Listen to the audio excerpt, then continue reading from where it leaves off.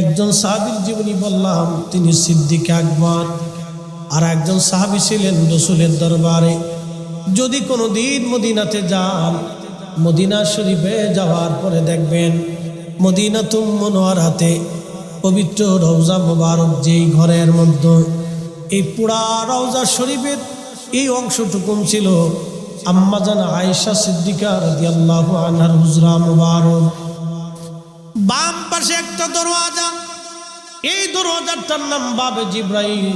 তার পিছনে আর একটা দরওয়াজা আছে, দরজার নাম বাবুন নিসা। এই দরজা দিয়ে মহিলারা এসে, মহিলা সাহাবীরা এসে আল্লাহর নবীর দরজা এসে মাসলা মাসাইল জেনে যাইতেন। এই বাবুন নিসা দিয়ে একটু যদি আপনি আগান, ডান পাশে একটা ছোট টিভির মতো পাবেন, টিলা সুন্দর করে ঘিরে রাখা হয়েছে। এই জায়গায় আহলে সুফার সাহাবীরা থাকতেন। এইখানে একটা গাছ ছিল, আল্লামা শেখ আব্দুল হক মুহাদ্দিস দেহলভী আজ-জাযবুল কুলুবের মধ্যে তিনি লিখেছেন, এখানে একটা গাছ ছিল। এই গাছের নিচে সাহাবীরা বিশ্রাম করতেন, এখানে তারা থাকতেন। এই আহলে সুফা থেকে সুফিরা এসেছে, আল্লাহর ওলিদের চেহারা এই আহলে সুফা থেকে। আহলে সুফা সাহাবীদের মানহাজ হলো, আল্লাহর নবীর বাড়ি তারা খাইতেন, নবীর বাড়ি ঘুমাইতেন, খাবার আসলে খাইতেন, না আসলে না খেয়ে থাকতেন। তাদের একই, আমার রব যখন খাবার দেবে আমি তখন খাবো, নতুবা তত সময় আমি আল্লাহর জিকিরে ফিকিরে কাটাই দিব। এদেরকে সুফি বলা হয়, সুফি সুফি বলা হয়, এরা হলো সুফি। দুনিয়ার মোহগুলি ত্যাগ করে দিয়ে সুফিরা আল্লাহর জন্য নিজের জীবনকে কুরবানি করেছে, এরা সুফি। এই আহলে সুফার সাহাবী ছিল 180 জন, মাঝে মধ্যে কম হতো, মাঝে মধ্যে বেশি হতো। এদের মধ্যে একজন সাহাবী ছিলেন, তার নাম জুলাইবিব রাদিয়াল্লাহু তাআলা আনহু। তার পরিচয় ছিল তিনি বেটে বামন ছিলেন। আল্লাহু আকবার। আপনারা জানেন কিছু মানুষ আছে দেখবেন বেটে বামন, চেহারা ছিল নিগ্রো কালো। 2 নম্বর, সে ছোট্টকালে হারিয়ে গিয়েছিল, তার বংশের পরিচয় কেউ জানে না, তার বাবা মার পরিচয় সে ভুলে গিয়েছিল। হারিয়ে যাওয়ার পরে ছোট্ট বামন জুলাইবিবকে কেউ তালাশ করে নাই, খুঁজে বেড়ায় নাই। ও আনোয়ারার মুসলমান জুলাইবিব রাদিয়াল্লাহু তাআলা আনহু, তিনি ছোট্টকাল থেকে নবীর দরবারে বড় হতে লাগলেন। যখন যৌবনে পদার্পণ করলেন, আল্লাহর হাবিব ডাক দিয়ে বলতেছে, জুলাইবিব রে, তোমার তো যৌবনে পদার্পণ করেছো, তোমার একটা বিয়ে শাদীর দরকার আছে, সংসারের প্রয়োজন আছে রে জুলাইবিব। আল্লাহর নবী সাহাবী জুলাইবিব রাদিয়াল্লাহু আনহু বলেন, ইয়া রাসূলুল্লাহ, আমি যে বিয়ে করব, নবী গো, মদিনার কোনো মানুষ আমার সাথে মেয়ের বিবাহ দিতে চায় না। 1 নম্বর আমি গরিব, 2 নম্বর আমি বেঠে বামন, 3 নম্বর আমার বংশের কোনো পরিচয় নাই, 4 নম্বর আমি কালো নিগ্রো, যার কারণে মদিনার মানুষ আমার সাথে আত্মীয়তা করতে চায় না। আপনি জানবেন মদিনার মানুষ এমনি সুন্দর, অরিজিনাল মাদানী যারা, তারা খুবই ভদ্র এবং নম্র, তাদের পরিবেশ অত্যন্ত চমৎকার এবং তারা খুবই সুন্দর ভদ্র। জুলাইবিব রাদিয়াল্লাহু আনহু এই কথা বলার পরে আল্লাহর নবী বললেন, জুলাইবিব, আমি যদি তোমার জন্য মেয়ে ঠিক করি, বলি ইয়া রাসূলুল্লাহ, আপনি আমার জন্য দেখতে পারেন। আল্লাহর নবী বললেন, জুলাইবিব, আমি তোমাকে বিবাহ দেব। নবীজি দায়িত্ব নিলেন। আনসারী একজন সাহাবী ছিলেন, খুব ধনী ব্যক্তি, তার ঘরে এক পরমা সুন্দরী মেয়ে ছিল। আমি আগেই বলেছি, অরিজিনাল মাদানী যারা, তারা অনেক সুন্দর, অরিজিনাল মাদানী অনেক সুন্দর, তাদের বাচ্চারা খুবই নরম ভদ্র, খুব সব। মদিনাতে তারা বেড়াবে, দেখবেন কোনো হইচই তারা করে না, চুপচাপ নিরিবিলি ভদ্রচিতভাবে তারা বেড়ায়। আমাদের বাচ্চারা যেমন হই হুল্লা করে বেড়ায়, ওইরকম মাদানী বাচ্চারা হই হুল্লা করে না, এরা নিরিবিলি মদিনা দিয়ে ঘুরে বেড়াবে, খুবই সুন্দর নরম মনের অধিকারী। আল্লাহর হাবিব সাহাবীকে ডাক দিয়ে বলেন, সাহাবী আনসারী, তোমার ঘরে না একটা মেয়ে আছে সুন্দরী, বিবাহের উপযুক্ত বলে হ্যাঁ ইয়া রাসূলুল্লাহ, মেয়েটাকে কি বিবাহ দিবা? সাহাবী মনে করছে আল্লাহ নবী নিজে বিবাহ করতে চায়। আনসারীদের আদত ছিল তারা মেয়ে বিবাহ দেওয়ার আগে রাসূলের দপ্তরে জানতেন যে নবীজির পছন্দ হয়েছে কিনা, বা আল্লাহর নবী তাদের ব্যাপারে কোনো সিদ্ধান্ত আছে কিনা। নবীজির সিদ্ধান্ত ছাড়া তারা মেয়ের বিবাহ দিতেন না। একবার জোরে বলা যাবে কি আল্লাহু আকবার?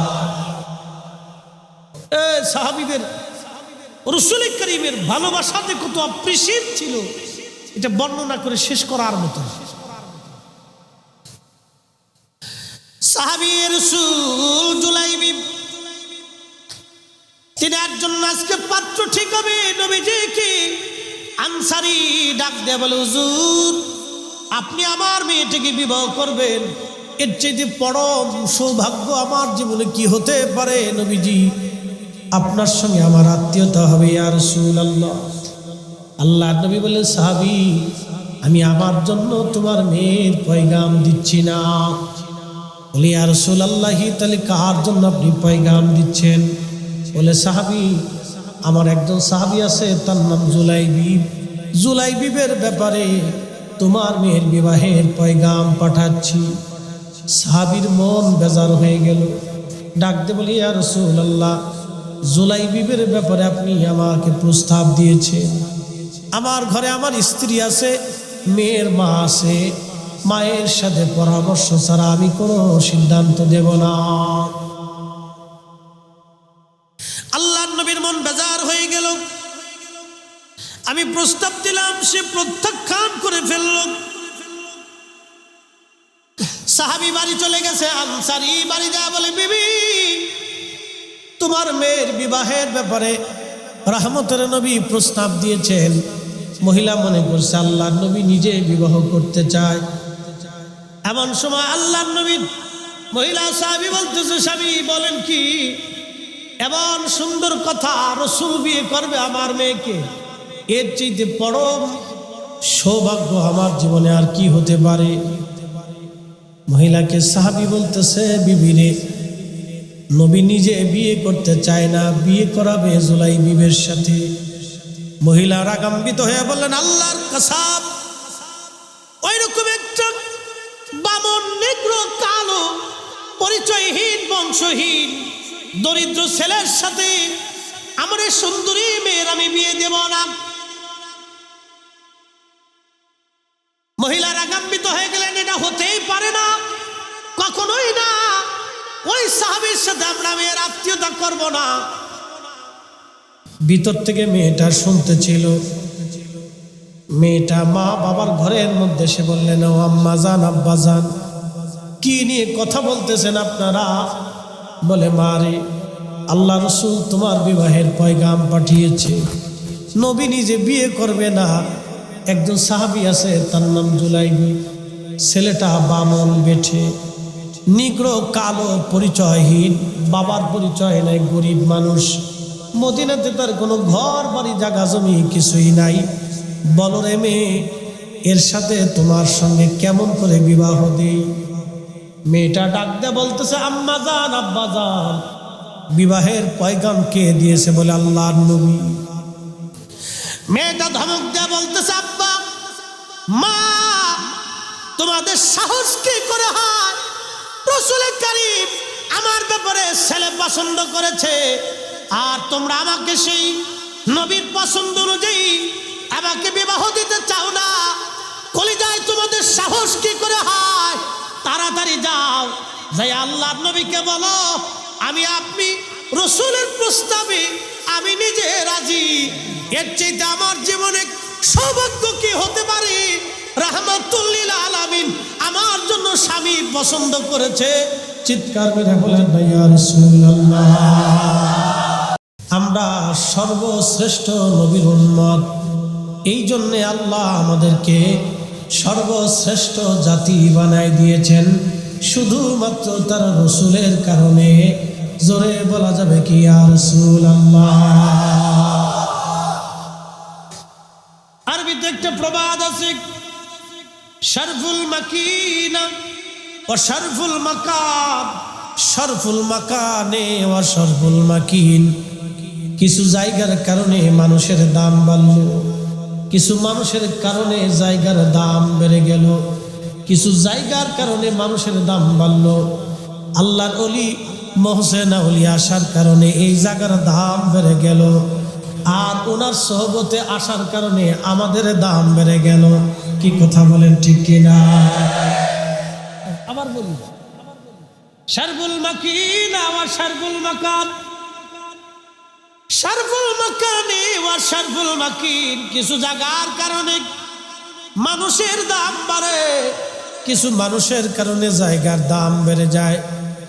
আল্লাহর ওলি মহসিন আউলিয়া রহিমাহুল্লাহ আসার কারণে এই জায়গার দাম বেড়ে গেল, আর আমরা এইখানে আসার কারণে আল্লাহর ওলির কারণে আমাদেরও দাম বেড়ে গেল।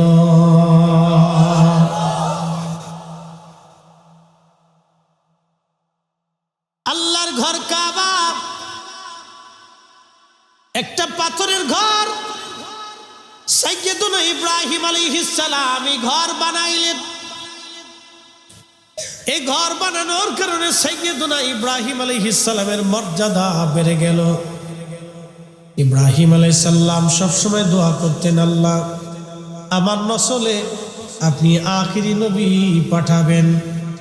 সাহাবায়ে কেরাম নিয়ে নবী ওয়াজ করতেছিলেন আর বলতেছিলেন, সাহাবীরা ওয়াদা ইব্রাহিম খলিলুল্লাহ, আমি ইব্রাহিমের দোয়া। আল্লাহর নবী ইব্রাহিম আলাইহিস সালাতু ওয়াস সালাম দোয়া করতেন, রব্বি আমার নসলে আমার বংশে আপনি আখিরি নবী পাঠাবেন, আখিরি নবী পাঠাবেন। কারণ ইব্রাহিম জানতেন ওনার নসলে যদি আখিরি নবী আসে তাহলে ওনার নসলের বংশের মর্যাদা বেড়ে যাবে শুধুমাত্র আমার রসুলের কারণে। জোরে বলবেন কি মারহাবা? আমার দিকে তাকান। দুরুদের ভিতরে আমার রসুলের পরে আরেকজন নবীর নাম লেখা আছে। তার নাম কি? ইব্রাহিম খলিলুল্লাহ। কেন দিছেন? আর কোন নবীর নাম নাই, আর কোন নবীর নাম আমার নবী বলে যান না। ইব্রাহিম আলাইহিস সালামের নাম বলে গেলেন ওই কারণে। ইব্রাহিম আল্লাহর দরবারে বলতেন, রব্বি আমার নসলে আপনি আখিরি নবী পাঠাবেন, আল্লাহ আপনি আমার নসলে আখিরি নবী পাঠাবেন। আল্লাহর নবী উম্মতরে শিখাইলেন, উম্মতরে আমি ইব্রাহিমের দোয়া ওনার নসলে আল্লাহ আমারে পাঠাইলেন। উনি সব সময় দোয়া করতেন, এই জন্য আমিও নবী তারে আমার দুরুদের ভিতরে অন্তর্ভুক্ত করে দিয়ে গেলাম। যদি ইব্রাহিম আলাইহিস সালামের নাম নবীজি না বসাইতেন, পৃথিবীর কোন আলমের কলিজার মধ্যে সাহস হতো না ইব্রাহিম আলাইহিস সালামের নাম দুরুদের মধ্যে লেখা। আমার নবী তার নাম দিয়া ইব্রাহিম আলাইহিস সালামকে নবীর সাথে দোয়ার ভিতরে রেখে দিয়ে গেলেন, স্মরণে রেখে দিলেন। ইব্রাহিমের দাম বেড়ে গেল আমার নবীর কারণে। কথা বলেন ঠিক কিনা? সিন্নি খাইছো? মোল্লা চিনো নাই। সিন্নি খাইছো? মোল্লা চিনো নাই। আমার দেশে অনেকেই ব্যাখ্যা করে এটা শ্রেষ্ঠ দুরুদ। আমি জানি আফজালুদ দুরুদ, এটা দামি দুরুদ, কারণ আল্লাহ রসুল শিখিয়ে দিয়ে গেছে এটা দামি দুরুদ। আল্লাহ রসুল শিখিয়ে গেছেন এটা দামি দুরুদ, আমি জানি। তার মানে অন্য দুরুদ পড়া যাবে না এটা নিষেধ আল্লাহ নবী করে যান নাই। যারা এই দুরুদের দোহাই দিয়ে অন্য দুরুদকে বেদাত বলতে চায়, এগুলি সব অন্তরে বেমার ঢুকে গেছে। কথা বলেন ঠিক কিনা? অন্তরে বেমার ঢুকছে, বেমারি বেমারি।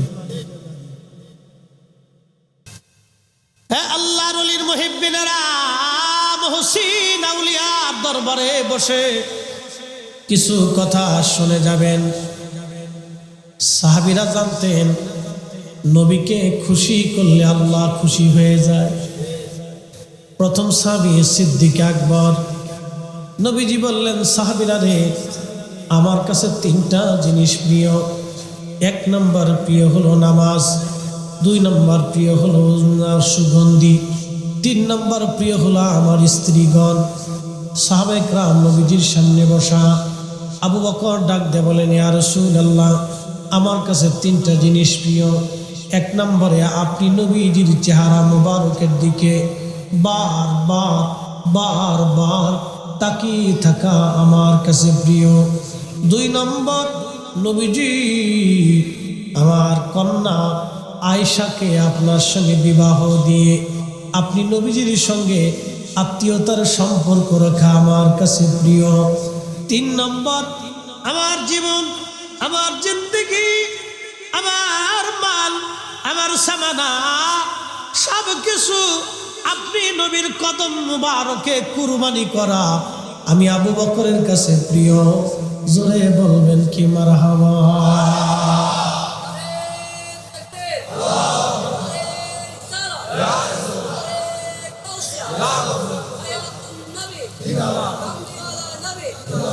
অ্যাটেনশন, খুব মনোযোগ দিয়েন। এই জন্য কাজী নজরুল লেখছেন, আমি যদি আরব হতাম মদিনারি পথ,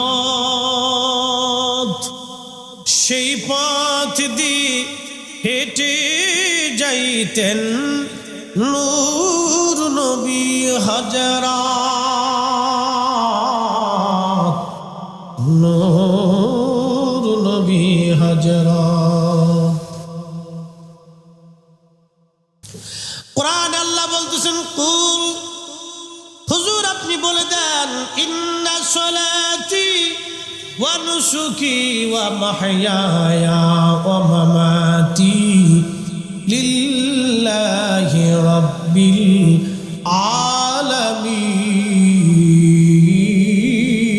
আলামিন। নবী আমার বলে দেন, সালাত আমি আল্লাহর জন্য, কুরবানি আমি আল্লাহর জন্য, জীবন আমি আল্লাহর জন্য, মৃত্যু আমি আল্লাহর জন্য, হায়াত আমি আল্লাহর জন্য, মৌত আমি আল্লাহর জন্য, কুরবানি আমি আল্লাহর জন্য, ইবাদত আমি আল্লাহর জন্য। কিন্তু আবু বকর বলতেছে, ইয়া রাসূলুল্লাহ, আমার জীবন, আমার মাল আপনি নবীর জন্য কুরবানি। আল্লাহ বলে, হাবিব উম্মতকে বলে দেন সবই আমি আল্লাহর জন্য হবে। আবু বকর বলে, ইয়া রাসূলুল্লাহ, আমার জীবন, আমার হায়াত, আমার মাল আপনি নবীর জন্য কুরবানি হবে। আল্লাহ বলে দিলেন, হাবিব উম্মতকে বলেন আমি আল্লাহর জন্য হবে। আবু বকর বলেন, ইয়া রাসূলুল্লাহ, আপনি নবীর জন্য হবে। একসাথে জোরে বলা যাবে আল্লাহু আকবার। আবু বকর কি বেদাতি? এই কোরআন শরীফ কি আবু বকর জানতেন না? আল্লাহ বাদ দিয়ে রসুলের কথা বললেন কেন?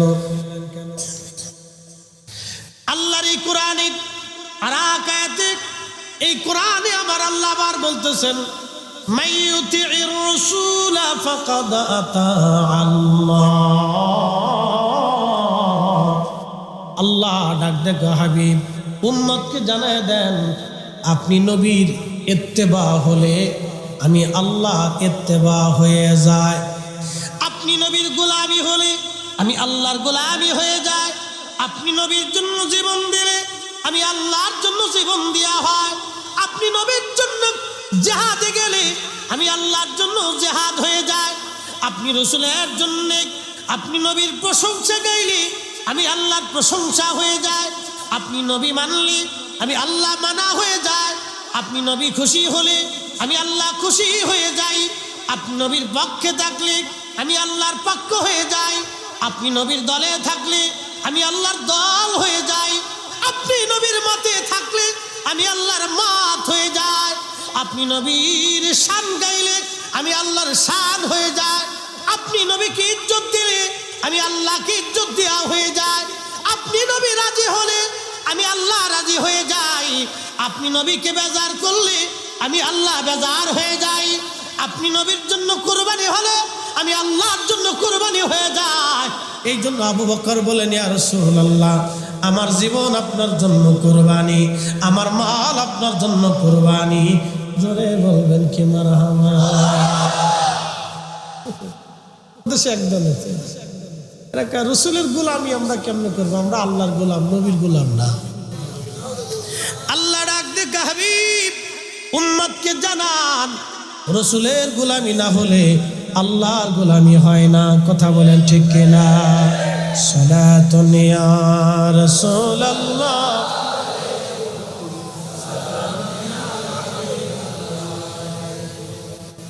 সালাতুন ইয়া রাসূলুল্লাহ,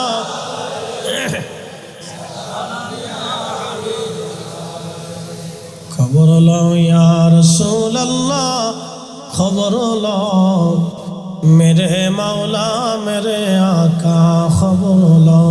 সালাতুন ইয়া সালামুন ইয়া হাবিব, আল্লাহুম্মা সাল্লি আলা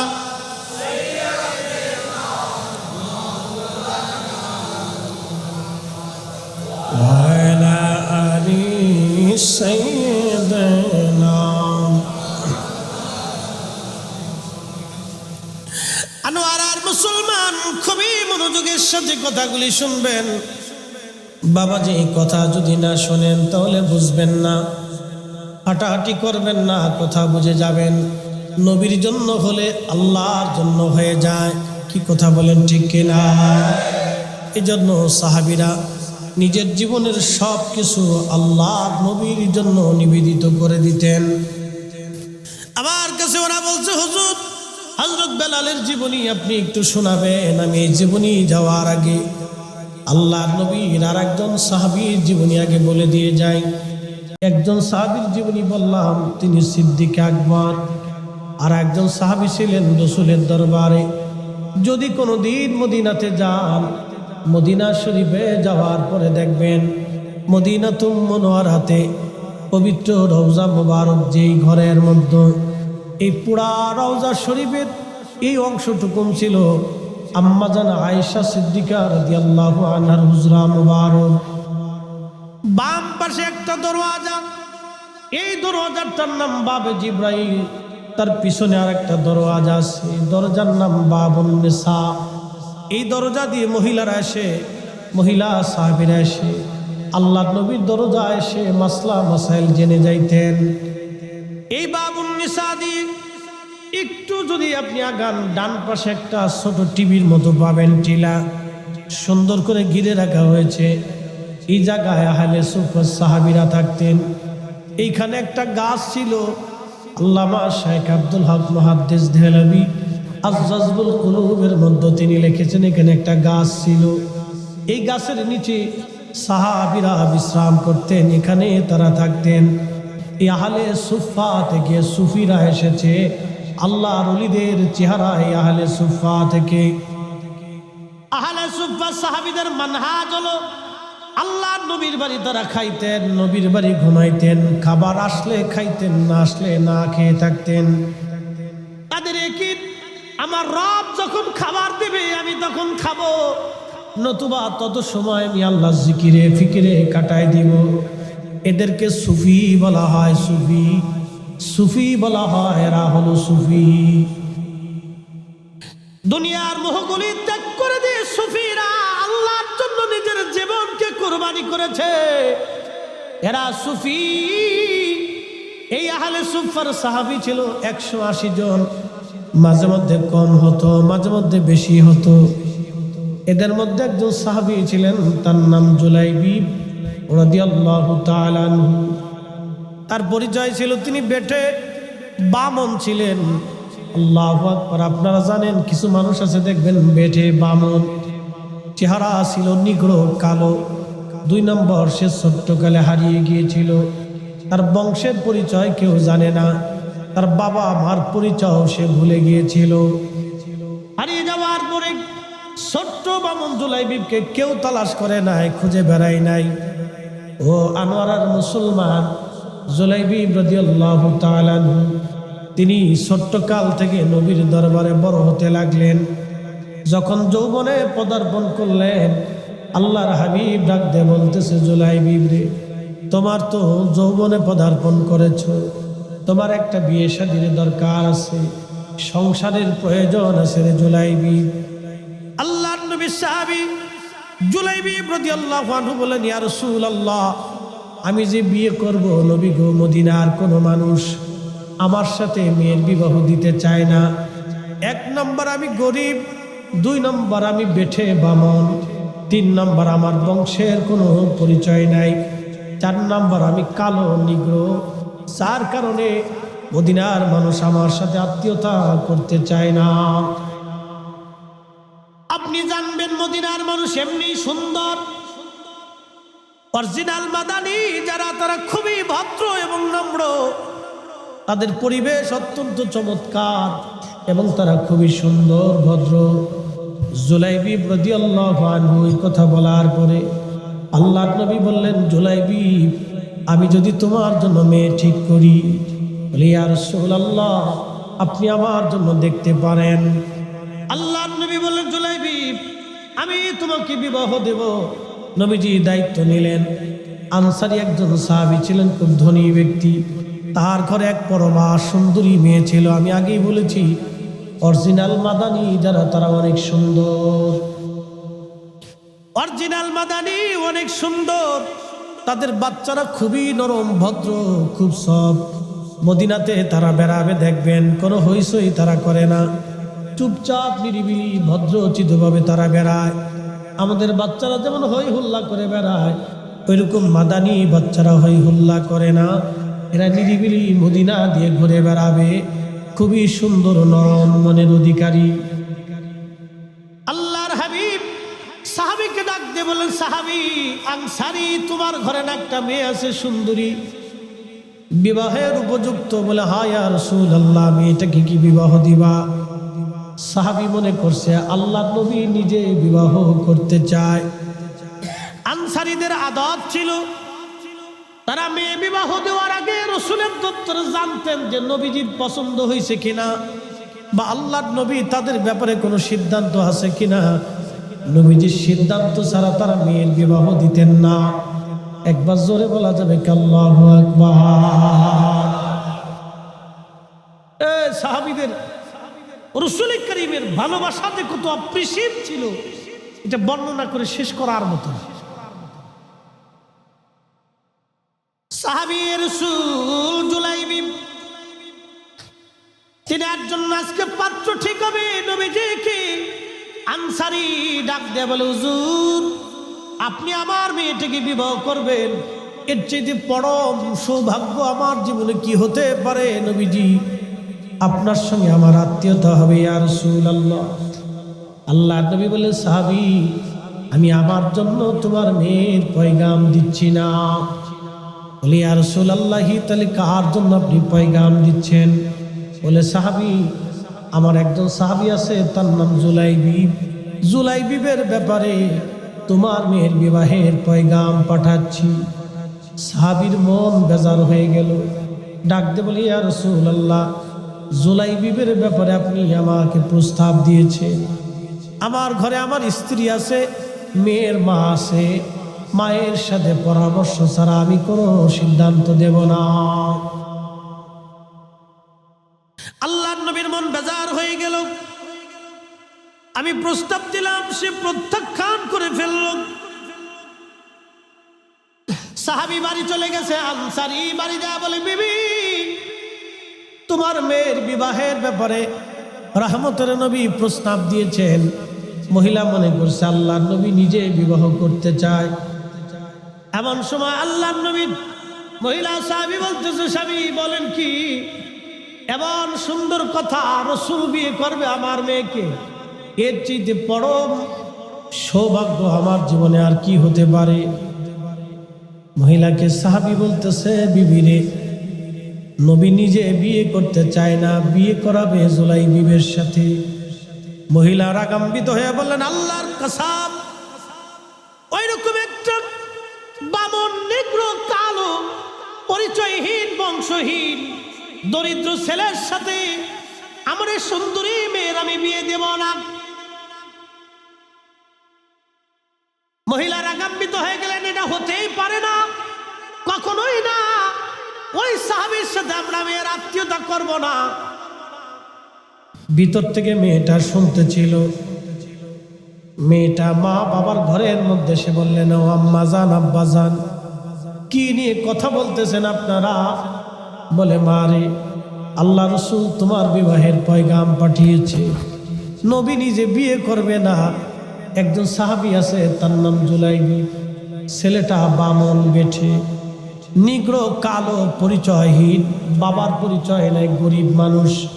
মদিনাতে তার কোনো ঘর বাড়ি জায়গা জমি কিছুই নাই। বলো রে মেয়ে, এর সাথে তোমার সঙ্গে কেমন করে বিবাহ দেই? মেয়েটা ডাক দেয়া বলতেছে, আম্মা জান, আব্বা জান, বিবাহের পয়গাম কে দিয়েছে? বলে আল্লাহর নবী। মেয়েটা ধমক দেয়া বলতেছে, আব্বা, মা, তোমাদের সাহস কি করে হয়? রাসূল কারীম আমার ব্যাপারে ছেলে পছন্দ করেছে, আর তোমরা আমাকে সেই নবীর পছন্দ অনুযায়ী আমাকে বিবাহ দিতে চাও না। কলিজায় তোমাদের সাহস কি করে হয়? তাড়াতাড়ি যাও, যাই আল্লাহর নবীকে বলো আমি আপনি রাসূলের প্রস্তাবে আমি নিজে রাজি। এর চাইতে আমার জীবনে সৌভাগ্য কি হতে পারে? রাহমাতুল লিল আলামিন আমার জন্য স্বামী পছন্দ করেছে। চিৎকার মেরে বলেন না ইয়া রাসূলুল্লাহ।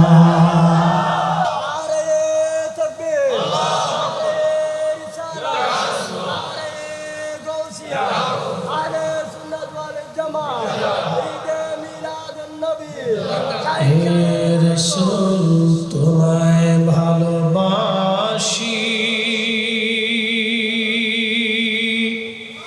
অন্তরে শুধু মুখে নয়, জান্নাতের আশা নয় হে রাসূল, জাহান্নাম কেউ ডরি না।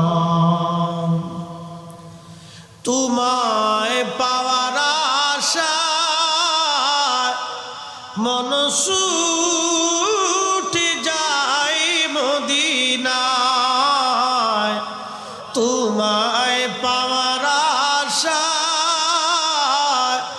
মন ছুটে যায় মদিনায়। এ আশিক দিদার দাও না, এ গুলামে দিদার দাও না, আর দূরে থাকিও না হে রাসূল, তোমায় ভালোবাসি, অন্তরে শুধু মুখে না, জান্নাতের আশা নয় হে রাসূল, জাহান্নাম কেউ ডরি না। মেয়েটা ডাক দেয়া বলে, আব্বা যান, তাড়াতাড়ি যান, আর দেরি করবেন না। আমার জীবনে এর চাইতে পরম সৌভাগ্য আর কিছুই নাই। আমার স্বামী রাহমাতুল লিল আলামিন নিজে পছন্দ করেছে। সাহাবী আনসারী দৌড়ায় গেলে, হুজুর, আমার মেয়ে আপনার প্রস্তাবে রাজি। আল্লাহর নবী জুলাইবিকে ডাক দিয়ে বলেন, জুলাইবি, মেয়ে পছন্দ হয়েছে, তোমাকেও মদিনার মেয়ে পছন্দ করেছে, সামানা জোগাড় করো, বিবাহ হবে তোমার।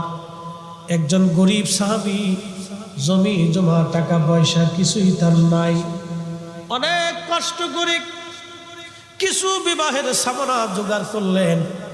বিয়ের দিন তারিখ নির্দিষ্ট হয়ে গেল। আল্লাহর নবীর সুন্নত ছিল মসজিদের ভিতরে তিনি বিবাহ পড়াইতেন।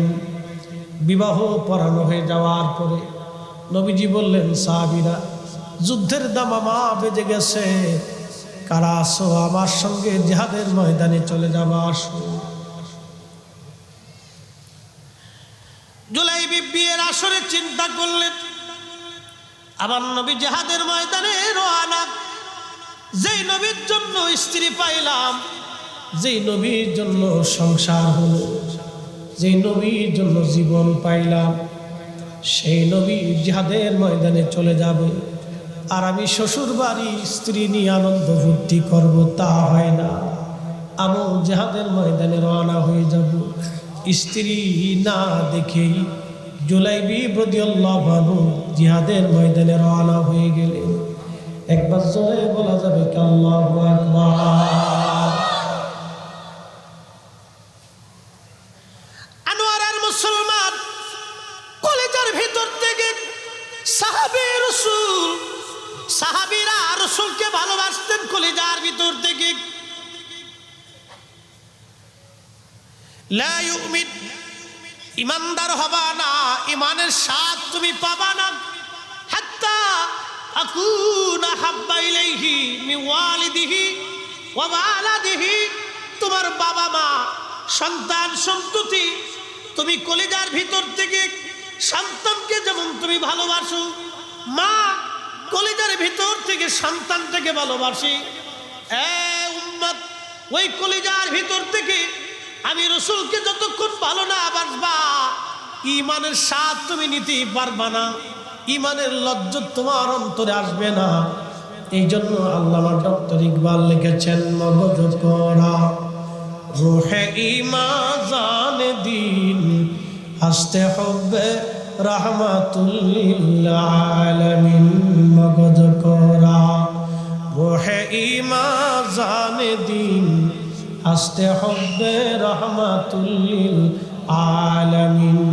সালাতুল ইয়া রাসূলুল্লাহ আলাইকুম সালামুন ইয়া।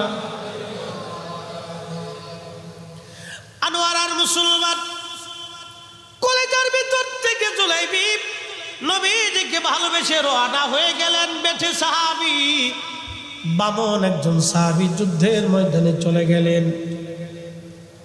প্রচন্ড যুদ্ধ হলো, বহু সাহাবী শহীদ হয়ে গেল। আল্লাহ নবী বললেন, সাহাবীরা রে, যারা শহীদ হয়েছে তোমরা কবর খনন করো, আর শহীদ সাহাবীদেরকে এনে এনে কাতার করে করে শোয়াও। আল্লাহর পথে যারা শহীদ হয়ে যায় তাদের কোনো গোসল করা হয় না, বিনা গোসলে তাদেরকে দাফন করা হয়। এই জন্য কিয়ামতের ময়দানে তারা রক্তমাখা শরীর নিয়ে আল্লাহর আদালতে দাঁড়াবে। আল্লাহ সবই জানে। তারপরে আমার আল্লাহ জিজ্ঞেস করবে, শহীদরা রে, কি জন্য তোমরা এখানে দাঁড়াইছো? তোমাদের শরীরে রক্ত কেন? বলে, আল্লাহ তোমার দিন কায়েম করতে যাই আমরা শহীদ হয়েছিলাম, আমাদেরকে বিনা গোসলেই দাফন করা হয়েছে। আল্লাহ ডাক দিবে, শহীদরা রক্তমাখা অবস্থায় আমি মালিকের দরবারে উপস্থিত হয়েছ, যাও বিনা হিসাবে আজকে তোমাদেরকে আমি আল্লাহ জান্নাতি বানাই দিলাম। শাহাদাতের তামান্না নিয়ে জুলাইবি আবার নবীজির পিছে পিছে রওনা হয়ে যুদ্ধের ময়দানে। বহু সাহাবী শহীদ। নবীজি বললেন, কাতার করে শোয়াও। সব শহীদ সাহাবীদেরকে নিয়ে আসা হলো, কাতার করে সিরিয়াল করে শুয়ে রাখা হলো। আল্লাহ নবী সবার চেহারা থেকে কাপড় উঠাইয়া একটা বার নজর বলাইয়া সাহাবীদেরকে বিদায় দিতে লাগলেন। কলিজার টুকরা সাহাবীরা রাসূলের জন্য আজকে ময়দানে এসে জীবন কুরবানি করে তারা শহীদ হয়ে গেছে। সব সাহাবী দেখার পরে নবীজি বললেন, সাহাবীরা রে, তোমরা কি সবার লাশ আনছো? সাহাবীরা বলেন, হ্যাঁ ইয়া রাসূলুল্লাহ, আমরা কারো লাশ ময়দানে রাখি নাই, সবার লাশ আমরা নিয়ে আসছি। আল্লাহর হাবিব ডাক দিয়ে বললেন, সাহাবীরা রে, তোমরা সবার লাশের কথা বলো, কিন্তু আমার জুলাইবিবকে তো আমি দেখি না, কারণ কি? বলো, আমার জুলাইবিব কোন জায়গা আছে? বলে, হুজুর আমরা শুনছি জুলাইবিব শহীদ হয়ে গেছে ইয়া রাসূলুল্লাহ। নবীজি ডাক দিয়ে বলতেছে, সাহাবীরা রে, সারা ময়দান তন্ন তন্ন করে তালাশ করে দেখো আমার জুলাইবিব কোথায় আছে। মা নাই, তার বাবা নাই, সংসার নাই, ঘর নাই, তার বাড়ি নাই, বংশের পরিচয় নাই। একজন বামন বেঠে সাহাবী রাসূলকে ভালোবাসছে। নবী ভালোবাসার জন্য অনেক বড় মুহাদ্দিস হতে হয় না, রসুল ভালোবাসার জন্যে অনেক বড় বিদ্যার হতে হয় না, অনেক সুন্দর চেহারার অধিকারী হতে হয় না, দীর্ঘায়ু দেহের অধিকারী হতে হয় না। আল্লাহর নবীকে ভালোবাসার জন্যে একটা পরিচ্ছন্ন হৃদয়ের দরকার, যে হৃদয় দিয়ে রসুল ভালোবাসতে হবে। কথা বলেন ঠিক কিনা? সাহাবীরা দৌড়ে গেলেন জিহাদের ময়দানে। তন্ন তন্ন করে তালাশ করে দেখে ময়দানের এক কোনায় 7টা কাফেরের লাশ পড়ে আছে। 7 জন কাফেরের লাশ পড়ে আছে। দেখতেছে এই 7 জন কাফেরের লাশের নিচে ছোট্ট বামন বেঠে সাহাবী জুলাইবি রাদিয়াল্লাহু আনহু পড়ে আছে। টেনে বের করে নিয়ে আসলেন। দেখলেন সাহাবী জুলাইবি আর দুনিয়াতে নাই। শাহাদাতের অমীয় সুধা পান করে 7টা কাফেরের নিচে এসে পড়েছিল শহীদ হয়ে। ছোট্ট সাহাবীকে তুলে আল্লাহর নবীর বারগাহে নিয়ে আসার পরে নবীজি বললেন, সাহাবীরা রে, জুলাইবি ছোট্ট কাল থেকে আমার কাছে বড় হয়েছে। মা নাই, বাবা নাই, বংশের কোনো পরিচয় নাই। কোনোদিন আমার দরবারে খাইছে, কোনোদিন না খেয়ে থাকছে। পোশাক ছিল না, বাড়ি ছিল না, কিচ্ছু ছিল না তার। আমি রসুলের দরবারে কাটাইয়া মদিনার সবচেয়ে সুন্দরী ধনাঢ্য পরিবারে আমি তাকে বিয়ে দিয়েছিলাম, আমি নবীর ইচ্ছা করে। সাহাবীরা রে, আমার জুলাইবি স্ত্রী নিয়ে শ্বশুর বাড়ি থাকতে পারত, কিন্তু আজ আমি রসুলের মহব্বতে আমার সঙ্গে জুলাইবি আজকে ময়দানে এসে শহীদ হয়ে গেছে। সাহাবীরা রে, আমার জুলাইবিবের জন্য কবর খনন করো, কিন্তু তোমরা কেউ কবরে নামবা না। আমি নিজে কাঁধে করে আমার জুলাইবিবকে আজকে নিয়ে আমি নবী নিজে তারে কবরে নামাইব। চিৎকার মেরে বলেন না ইয়া রাসূলুল্লাহ, হে রাসূল তোমায় ভালোবাসি, অন্তরে শুধু মুখে নয়, জান্নাতের আশা নয় হে রাসূল, জাহান্নাম কেউ ডরি না। তোমায় পাওয়ার আশায় মন ছুটে যায় মদিনায়, তোমায় পাওয়ার আশায় মন ছুটে যায় মদিনায়, এ আশিক দিদার দাও না, আর দূরে থাকিও না, এ গোলামে দিদার দাও না, আর দূরে থাকিও না। তোমায় ভালোবাসি, অন্তরে শুধু মুখে না, জান্নাতের আশা নয় হে রাসূল, জাহান্নাম কেউ ডরি না।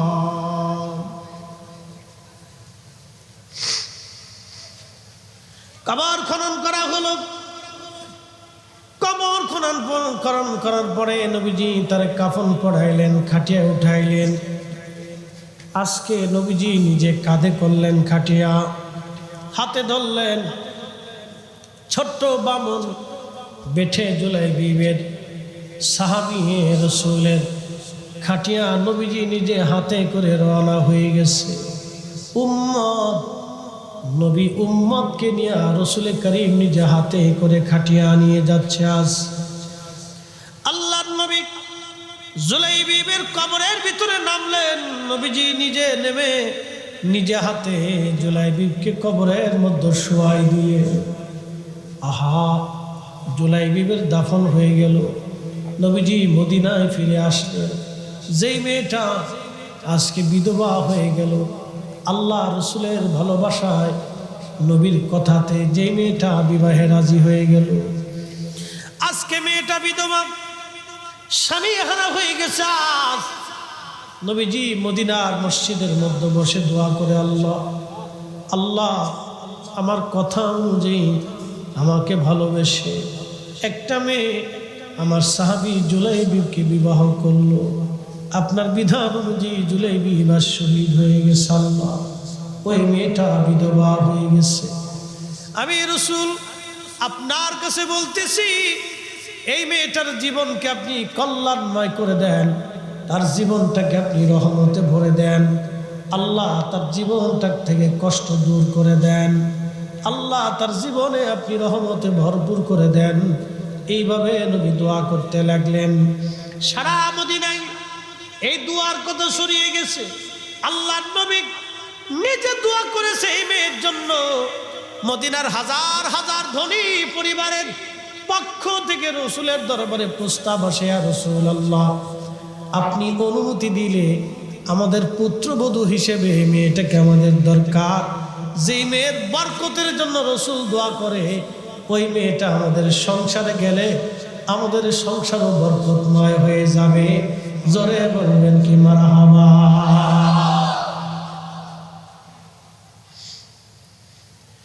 আল্লাহর নবীর দোয়াটা ব্যাপারে সাহাবীদের কত কঠিন আরজি।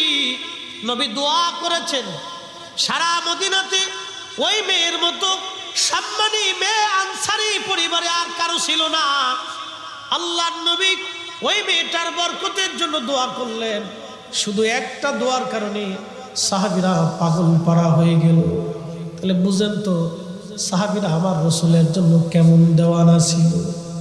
সাহাবীরা এত পরিমাণে ভালোবাসতেন, আল্লাহ এই জন্য ডাক দিলেন, রাদিয়াল্লাহু আনহুম ওয়া রাদু আনহু যালিকা লিমান খাশিয়া রাব্বাহ। আমি আল্লাহ তাদেরকে ভালোবাসি, আমি আল্লাহ তাদের উপরে রাজি, তারা আমি আল্লাহর উপরে রাজি।